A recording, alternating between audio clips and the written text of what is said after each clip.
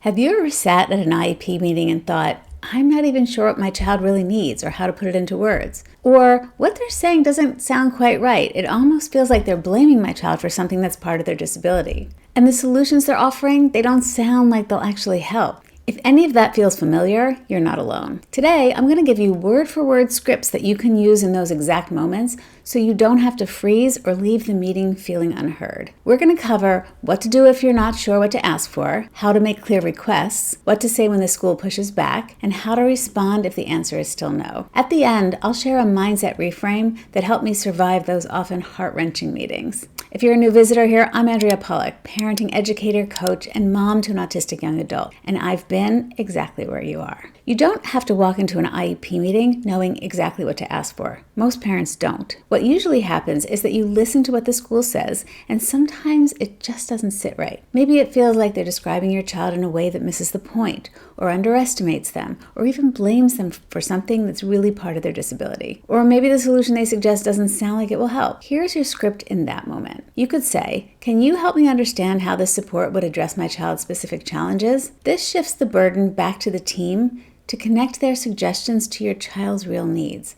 And if it doesn't add up, you'll know it's time to push for a different solution. Your job isn't to have all the answers, it's to notice when something doesn't feel effective and when to ask the team to explain how it will help. Next, let's talk about how to make requests. Once you do have something you'd like to see, here's the next step. Don't just say what your child needs in general. Ask for the exact wording to be written into the IEP. So here are some examples. First, I'd like my child to have access to a quiet space for all testing situations. Then you could say, please add homework assignments will be modified to 50% of the problems with the same learning goals. Now, it doesn't have to be that specific, but I'm giving you examples of the kinds of things that you can say to really help add specificity in a way that helps your child. Third, you might try, I want to be clear, this is a request for an accommodation, not just a teacher preference. Why does this work? Because once it's written, it's enforceable. If it's vague or only said out loud, it's easy for people to forget. So even if you're not sure of the perfect solution, put the support you're asking for into concrete language. When you say, please add this exact wording, it's much harder for the team to deflect or water it down. And yes, I know that sometimes they'll push back. Which brings us conveniently to our next script. Here are the scripts for when you hear those common roadblocks. For example, the school says, we can't do that. You could respond by asking, can you clarify? Is it that you're saying it's not legally possible or it's just not common practice here? They might respond, we don't have the resources. In that case, you could say, I understand that, but we're here to talk about the needs. So let's first identify those needs and then figure out what the resources are. They might not love that, but keep pushing on that. If it's necessary and you really want to get fancy, you could say, I understand that resources are limited, but my child's legal right to a free and appropriate public education isn't dependent on resources. What other way can we meet that need? Now, you might not want to get into the whole free and appropriate education thing.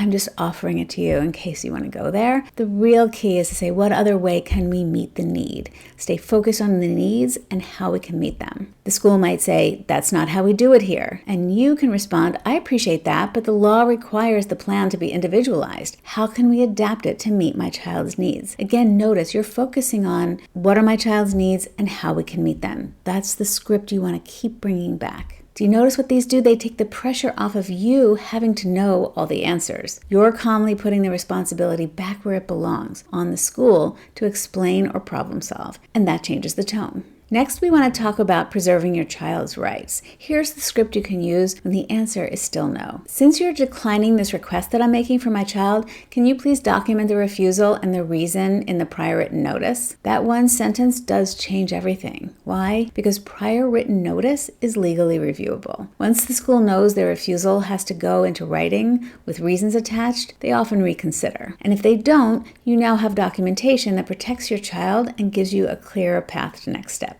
Now, I know that this sounds confrontational, but you can say it with the most respectful, kind, calm voice that you can. They know that they're in a process that is grounded in the law. So it's okay for you to assert your legal rights. You don't need to fight. You don't need to justify. You just calmly say, please put that in prior written notice. That's it. One sentence. And it changes the dynamic. Last, I want to talk about the mindset preparation that could make the whole experience less painful. helpful. In the meetings, schools are often focused on all of your child's challenges, and that can be really hard to hear. My temptation was always to defend my son or explain how he was being misunderstood. Sometimes they would even say things like, the goal for this year is for him to count to 10. I'm thinking, are you kidding? That's all you think he can do?